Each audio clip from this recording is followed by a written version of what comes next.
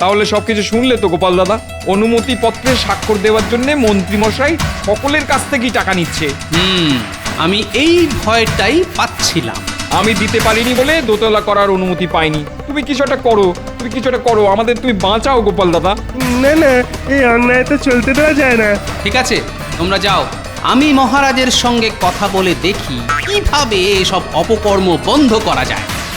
না না না, আমি কোনো কথাই শুনতে চাই না।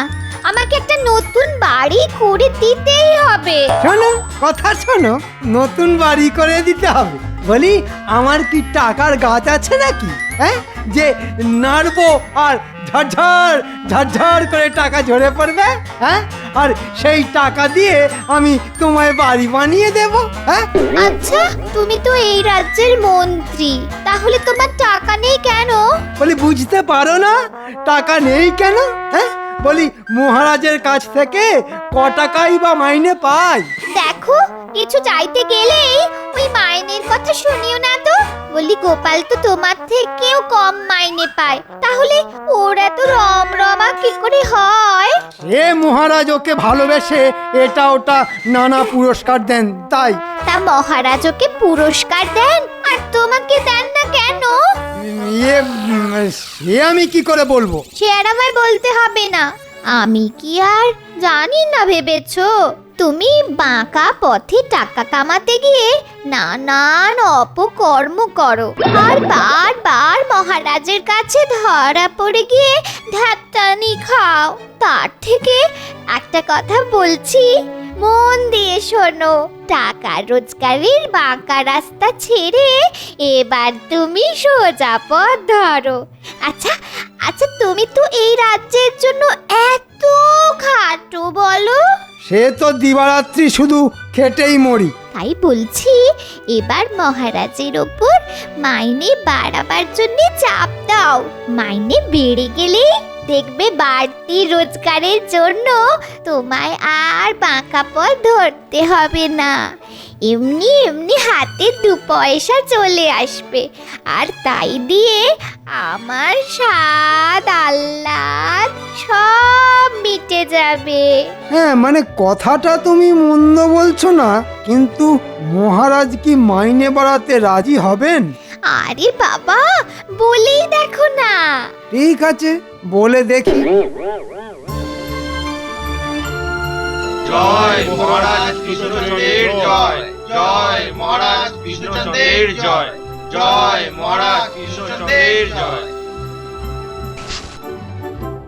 ভালো ভালো, তা সকলে এসে গেছো তো? না মহারাজ, প্রত্যেক দিনের মতো গোপাল এখনো অনুপস্থিত, আর নিয়মের ব্যতিক্রম করে আমাদের মন্ত্রী মশাই আজ এখনো অবধি গড় হাজির। সে কি, মন্ত্রী আসেনি? না না না, এ তো ভালো কথা নয়। মন্ত্রী তো কখনো দেরি করে না। দেখুন গিয়ে, মন্ত্রী মশাইয়ের গায়ে হয়তো আবার ওই গোপালের হাওয়া লাগলো। কার গায়ে কার হাওয়া লাগলো সভাকবি? সভাকবি বলছে যে মন্ত্রীর গায়ে তোমার হাওয়া লেগেছে। ও মা, তাই নাকি? আচ্ছা সভাকবি, আমি আবার হাওয়া কল হলাম কবে থেকে যে আমার হাওয়া মন্ত্রীর গায়ে লেগেছে? আমি সে হাওয়ার কথা বলছি না, আমি বলছি তোমার অভ্যাসের দোষ মন্ত্রীর গায়ে লেগেছে। অভ্যাসের দোষ? ভালো ভালো, তা আমার কোন অভ্যাসটা সভাকবি? কেন, তুমি জানো না? ওই একটা দোষেই তো তুমি মরেছো, আর সেটা হচ্ছে রাজসভায় দেরি করে আসার দোষ। হে বাবা, এ কি বলছেন মহারাজ? আমি তো কখনো দেরি করি না, বরং বলতে পারেন সময় আমার থেকে খানিক আগে আগে দৌড়য়। এটা কিন্তু দারুণ বলেছ গোপাল। সময় তোমার থেকে আগে আগে দৌড়ায়, কি মজার কথা। থাক থাক, আর গোপালের কথায় সাই দিয়ে দাঁত বের করে হাসতে হবে না। সেনাপতি, বলুন মহারাজ। যাও গিয়ে খোঁজ নিয়ে দেখে এসো মন্ত্রীর আবার শরীর টরীর খারাপ হলো কিনা। চিন্তা করবেন না মহারাজ, মন্ত্রী এখনো পটল তোলেনি, মানে তার পটল তোলার কোনো লক্ষণই আমার নজরে পড়েনি। এসব কি আবল তাবল বলছো বলো তো? না মানে, আজ বাজারে মন্ত্রী মশাইকে খুব ভালো দেখে তাজা তাজা পটল কিনতে দেখলাম তো, তাই বলছি। জানেন তো, যে পটল কেনে সে কিন্তু পট করে পটল তোলে না। এই তো তাজা পটলের ঝোল খেয়ে মন্ত্রী মশাই কিরকম তাজা হয়ে চলে এসেছেন দেখুন। মহারাজ আমাকে নিয়ে গোপালকে এইসব রসিকতা করতে বারণ করুন। ঠিক আছে ঠিক আছে গোপাল, মন্ত্রীকে নিয়ে তোমার রসিকতা বন্ধ করো। আচ্ছা, মুখে কুলুপ দিলাম।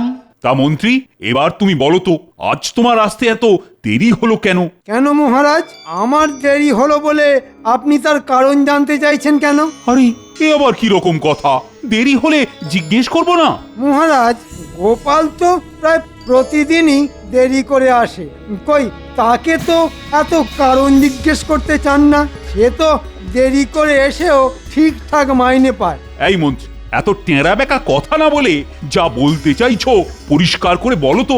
মহারাজ, আমি এই রাজ্যের মন্ত্রী, সেজন্য সকলের থেকে আমার ওপর কাজের চাপও বেশি। তাই সময় মতো আসতে হলে আজ থেকে আমার মাইনে বাড়াতে হবে। মাইনে বাড়াতে হবে? কিন্তু বছরে তো একবার সকলেরই মাইনে বাড়ে। সে তো গোপালেরও বাড়ে। কাল থেকে আমার মাইনে না বাড়লে আমি আর সময় মতো রাজসভায় আসবো না, এই আমার সাফ কথা। তাহলে আমার সাফ কথা শুনে রাখো, তোমার অন্যায় জেদকে প্রশ্রয় দিতে গিয়ে আমিও তোমার মাইনে বাড়াবো না। তাতে তুমি তোমার যখন ইচ্ছে তখনই রাজসভায় আসতে পারো, তাতে আমার কিছুই যায় আসে না। আরে ছাড় ছাড় ছাড়, এমন করে হাত ধরে টানলে হাতের নড়া ছিঁড়ে যাবে যে। না না, তুমি যতই বলো না কেন, আজ তোমায় কিছুতেই ছাড়বো না। আমাদের সঙ্গে ডান্ডাগুলি খেলতেই হবে তোমাকে। ডান্ডাগুলি তোদের সাথে? হ্যাঁ, আমাদের সাথে। আমি জোরে জোরে মারবো আর তুমি দৌড়ে দৌড়ে গিয়ে কুড়িয়ে নিয়ে আসবে। ওরে বাবা, এ কি শক্ত কাজ রে! একে তো ভুঁড়ির ভারে আমি নড়তে চড়তে পারি না, আরে দৌড়তে গেলে তো দাঁত খুলে পড়বে রে। ওই জন্যই তো তোমায় টেনে আনা। দিদিমা বলেছে রোজ আমাদের সঙ্গে দৌড়ঝাঁপ করলে তোমার ভুঁড়ি কমে যাবে। ওরে বাবা রে, এ কি শাস্তি রে! শোন শোন শোন শোন, আমার লক্ষ্মী বাবারা, আমাকে ছেড়ে দে। কথা দিচ্ছি, ভোলা ময়রার দোকান থেকে তোদের গরম গরম জিলিপি কিনে খাওয়াবো। এ বাবা, ঘুষ! না না, আমরাও সব খাবো না। ঘুষ খাওয়া না খুব খারাপ। দিদিমা বলেছে তোমার কাছ থেকে কোনো ঘুষ না খেলে সে আমাদের পেট পুড়ে লুচি আর হালুয়া খাওয়াবে। আবার দিদিমা? ওরে বাবা, কি গেরো রে বাবা! আরে পুটি, তোর বাবা আসছে না? হ্যাঁ তো, জানো দাদু, আমাদের বাড়ি দোতলা হবে তো, তাই বাবা আজ মন্ত্রী মশাইয়ের কাছ থেকে অনুমতি আনতে গেছিল। তোদের বাড়ি দোতলা হবে? বাহ বাহ, বড় ভালো খবর শোনালি রে। কি হে, দোতলা তুলছো? তা শুভ কাজটা শুরু হবে কবে? আর শুভ কাজ? মন্ত্রী মশাই তো দোতলা তোলার অনুমতিই দিল না। সে কি, অনুমতি দিল না? তা কারণ কিছু বললো? বললো এখন থেকে সে আর এসব দেবে না, অনুমতি নিতে হলে মহারাজের কাছ থেকে নিতে হবে। তাহলে আমার কি হবে গোপাল দাদা? দোতলা বানাবো বলে কত কষ্ট করে টাকা পয়সা জমিয়েছি। আরে এখনই এত ভেঙে পড়ো না তো, একবার যাওই না মহারাজের কাছে, তিনি ঠিক দিয়ে দেবেন। দেখলে তো, বলেছিলাম হবে না। সোজা রাস্তায় মহারাজ মাইনে বাড়াবেন না। তাহলে তাহলে কি হবে? আমার নতুন বাড়ি হবে না? হবে হবে, সব হবে, শুধু রাস্তাটা একটু পাল্টাতে হবে। এমন গেঁড়া কলে ফেলবো না মহারাজকে, কেঁদে আর কুল পাবে না। দেখো, মহারাজকে গেঁড়া কলে ফেলতে গিয়ে নিজে আবার উল্টে না কলে পড়ে যাও। একটু চুপ করো তো, শুধু বাগড়া দেওয়া কথাবার্তা। যাও, এখন নিজের কাজে যাও, আমাকে একটু ভাবতে দাও। জানি না বাপু, ধুর, কি আবার বদ মতলব বাড়তে শুরু করলে।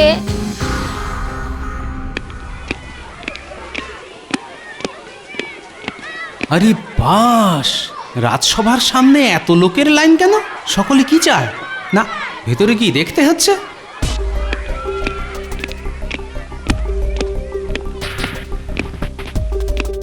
কি ব্যাপার মহারাজ, রাজসভার বাইরে এত লোকের লাইন কেন? কি চায় ওরা? চাই আমার মাথা আর মুন্ডু। শয়তানি, এই সমস্ত হচ্ছে মন্ত্রীর শয়তানি। মাইনে বাড়াবো না বলেছি বলে সব লোককে আমার পেছনে লেলিয়ে দিয়ে নিজে ডুব মেরে ঘরে বসে আছে। কেউ বাড়ি বানাবে, কেউ বাড়ির ওপর তলা তুলবে, কেউ নদীতে মাছ ধরবে, আর এদের সকলকে অনুমতি দিতে হবে আমায়। বলি এসব কি আমার কাজ?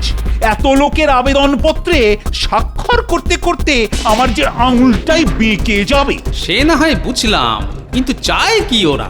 না, সে নাকি আর এসব করবে না, আর তার কথাতেই সকলে আমার কাছে চলে এসেছে। কিন্তু এতদিন তো এসব মন্ত্রে করতো।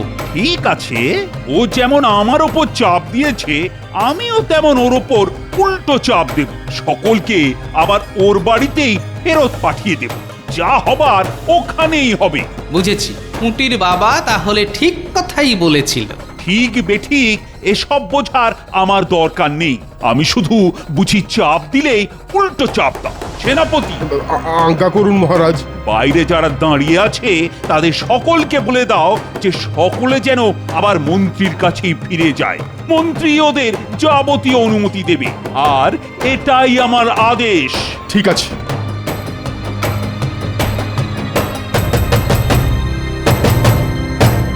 ব্যাপার বলো তো, মন্ত্রী একবার পাঠাচ্ছে রাজার কাছে, রাজা আবার পাঠাচ্ছে মন্ত্রীর কাছে। এ টানা হ্যাঁচড়া আর ভালো লাগছে না। আজ এর একটা ভিত করে যেতেই হবে। চলো চলো তো সবাই মিলে ওই মন্ত্রী মশাইকে ডাকি। মন্ত্রী মশাই, ও মন্ত্রী মশাই! এলতলা বেলতলা সেই বুড়ির কুলতলা, সকলকে আমার কাছেই আসতে হলো। জানতাম মহারাজের দ্বারা এ কাজ হবে না, তবে এসেই যখন পড়েছে তখন এবার শুরু হবে আমার আঙুল বেঁকিয়ে ঘি খাবার খেলা। কি ব্যাপার, আবার সব আমার কাছে কেন? মহারাজের কাছে যেতে বলেছিলাম তো। মহারাজ আবার আপনার কাছে পাঠিয়ে দিলেন, বললেন আপনি অনুমতিপত্রে স্বাক্ষর করবেন, এটাই তার আদেশ। তাহলে বুঝতে পারলি তো এ রাজ্য কার কথায় চলে?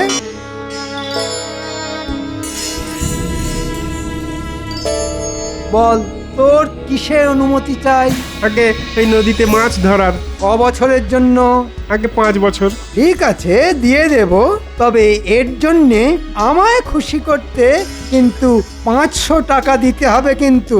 সে কি 500 টাকা? হ্যাঁ, যে পুজোয় যা ফুল 500 দিতে রাজি থাকলে কাগজ বাড়িয়ে দে, স্বাক্ষর করে মোহরে ছাপ মেরে দিচ্ছি। না হলে মানে মানে কেটে পড়।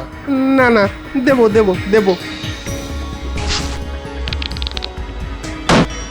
এবার তুই যা, পরের জনকে পাঠিয়ে দে।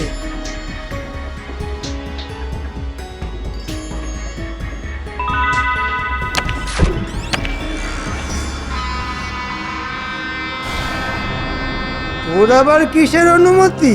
আগে হাতের মধ্যে একটা দোকান ঘর তুলতে চাই। হ্যাঁ, পেয়ে যাবি, তবে এর জন্য আমায় গোপনে 1000 টাকা দিতে হবে। আগে আমি গরিব মানুষ, অত টাকা কোথায় পাবো? গরিব মানুষ? তাহলে দোকান করার শখ কেন বাপু? জানা হাটে দিন মজুরি করবে, জানা। শোন, দোকান তুলতে গেলে আমায় 1000 টাকা দিতেই হবে। এবার তুই ঠিক কর কি করবি। মৌকা বুঝে ব্যাটা ঠিক ঘুষ চাইছে। কিরে, কি হলো? টাকা দিবি না চলে যাবি? মহারাজ যখন দেবেন না বলে জেদ ধরেছেন, আর তো কোনো উপায় যখন নেই তখন দিতেই হবে। দাঁড়ান দাঁড়ান, দিচ্ছি। হ্যাঁ, লক্ষ্মী ছেলের মতো ডান হাতে টাকা দে আর বাঁ হাতে অনুমতি পত্র নে। যা, পরের জনকে পাঠিয়ে দে।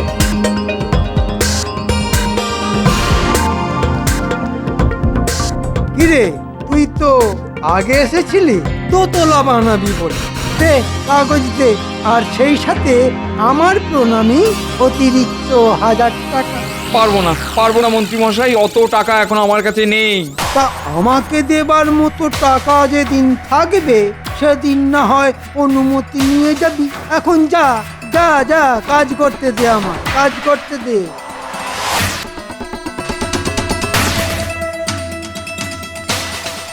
তাহলে সবকিছু শুনলে তো গোপাল দাদা?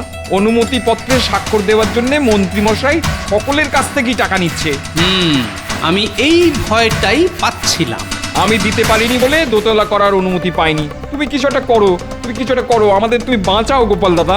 না না, এই অন্যায় তো চলতে দেওয়া যায় না। ঠিক আছে, তোমরা যাও, আমি মহারাজের সঙ্গে কথা বলে দেখি কিভাবে এসব অপকর্ম বন্ধ করা যায়। কি বলছো কি গোপাল? মন্ত্রী এভাবে লোকেদের কাছ থেকে টাকা নিচ্ছে? হ্যাঁ মহারাজ, আর এই জন্যেই আমি সেদিন আপনাকে বলেছিলাম যে কাজটা ঠিক হচ্ছে না। ও, এখন বুঝতে পারছি কি ভুলটাই না করেছি আমি। ঠিক আছে, আমিও ওকে ছাড়বো না।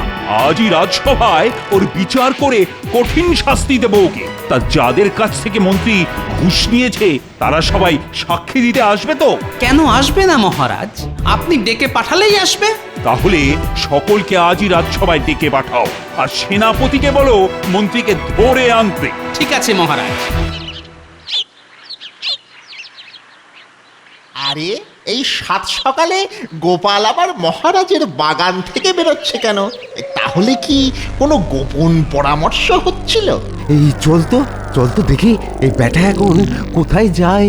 ঠিক বলেছিস, তাই চল।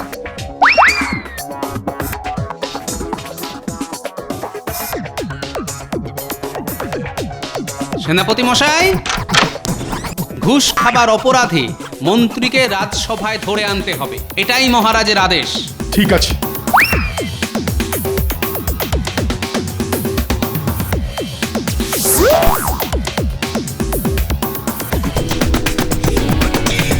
সব শুনলেন তো?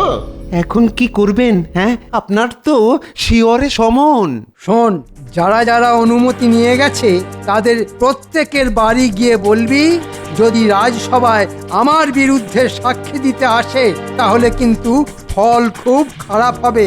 আমরা এক্ষুনি যাচ্ছি। কি এমন ভয় দেখাবো না? কি বলছো কি? পুঁটির বাবা বাড়ি নেই? না গো গোপাল দাদা, সেই 7 সকালে কোথায় বেরিয়ে গেছে, বলে গেছে ফিরতে রাত হবে। তার মানে একটা সাক্ষী গেল। ঠিক আছে, বাকিগুলো নিশ্চয়ই আসবে। ঠিক আছে, ফিরলে বলে দিও একবার যেন আমার সঙ্গে দেখা করে। আমি আসছি গো।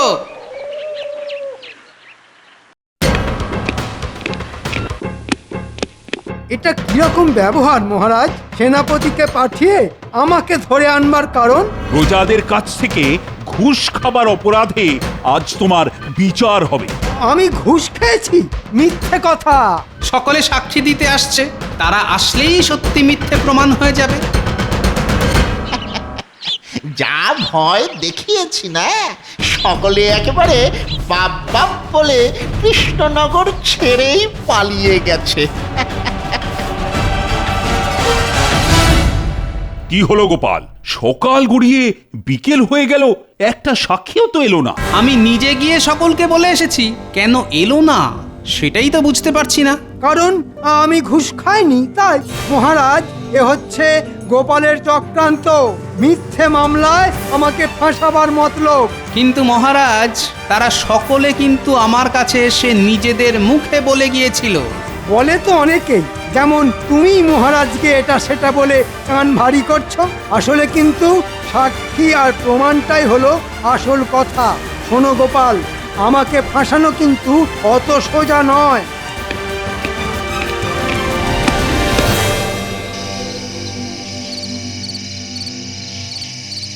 শোনো, কাল সকালে মন্ত্রীর বাড়ি গিয়ে হাতে 1000 টাকা গুঁজে দিয়ে এই কাগজটায় স্বাক্ষর করিয়ে নিয়ে চলে আসবে।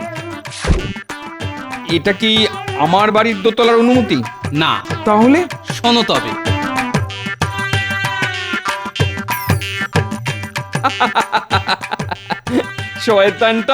শয়তানটা এবার পড়বে কলে।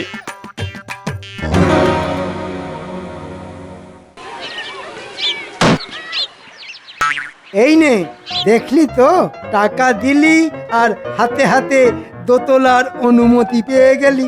যা, গিয়ে এবার দোতলা তোল। বাবা, তাড়াহুড়োর মাথায় বুঝতে তো আর পারলে না কি কাগজে স্বাক্ষর করেছো। কাল সকালেই হরে হরে টের পাবে। ঘুষ খাওয়ার স্বাদ সারা জীবনের মতন ঘুচে যাবে।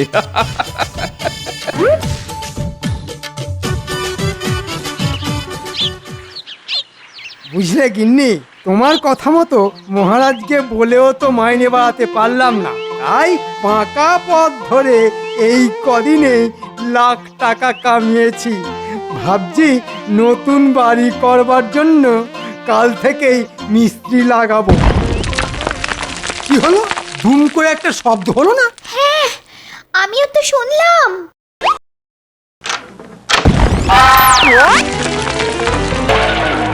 এই হতো ছাড়া আমার বাড়ির দেওয়াল ভাঙছিস কেন? কেন, আপনি তো বাড়ি ভাঙতেছে অনুমতি দিয়েছেন, তাই তো মহারাজ আমাদের পাঠিয়েছেন আজকের মধ্যে এ বাড়ি ভেঙে একেবারে মাঠ করে দিতে হবে, এটাই তার আদেশ। সর্বনাশ করেছে, নিশ্চয় কিছু একটা গন্ডগোল হয়েছে। মহারাজ, আমার বাড়ি ভাঙতে বলেছেন কেন? আরে আমি কি আর নিজের ইচ্ছে বাড়ি ভাঙতে বলেছি নাকি? তুমি তো আমার কাছে একদিনের মধ্যে তোমার বাড়ি ভাঙার জন্য আবেদন করেছিলে। এই দেখুন সেই কাগজ। কই দেখি দেখি। শুধু নিজে দেখলেই হবে না, আমাদেরও পড়ে শোনাবে। মাননীয় মহারাজ, আমি কৃষ্ণনগরের মহামন্ত্রী সজ্ঞানে আমার বসত বাড়িটি একদিনের মধ্যে ভেঙে দেবার জন্যে আপনার অনুমতি চাইছি। বাবা, পত্রের তলায় তো আমারই স্বাক্ষর আর মোহরের ছাপ। তাহলে তো তোমার আবেদন অনুযায়ী বাড়ি ভাঙা শুরু হয়েছে। আজকের মধ্যেই সব ভাঙা হয়ে যাবে। একেবারে মরে যাব মহারাজ, বাড়ি ভাঙা পড়লে আমি কোথায় থাকবো? সে আমি কি জানি। নিজেকে খুব চালাক ভেবেছিলেন তাই না? তাই বটা ঘটাকে দিয়ে সব সাক্ষীকে ভয় দেখিয়ে কৃষ্ণনগর ছাড়া করেছিলেন, কিন্তু ঘুষ খাবার নেশায় ভুলে গিয়েছিলেন যে বাপেরও বাপ থাকে। এবারের মতো আমায় ক্ষমা করে দিন মহারাজ। এই আমি নাক কান মুলে বলছি, জীবনে আর কখনো ঘুষ খাবো না, কখনো না। আর যাদের কাছ থেকে ঘুষ খেয়েছেন তাদের সকলের টাকা আমি ফিরিয়ে দেব। শোনো হে, তোমাদের সব টাকা মন্ত্রী মশাই ফিরিয়ে দেবেন। আর আমার দোতলা তোলার অনুমতি? আমি স্বাক্ষর করে দেব। তাহলে আমার বাড়ি ভাঙা? ওটা আমি বন্ধ করিয়ে দিচ্ছি, তবে এদের সকলের সামনে তোমায় কান ধরে 100 বার ওঠবোস করতে হবে। এর পরেও উঠবোস? একেই বলে যেমন কর্ম তেমন ফল, তাই না মন্ত্রী মশাই?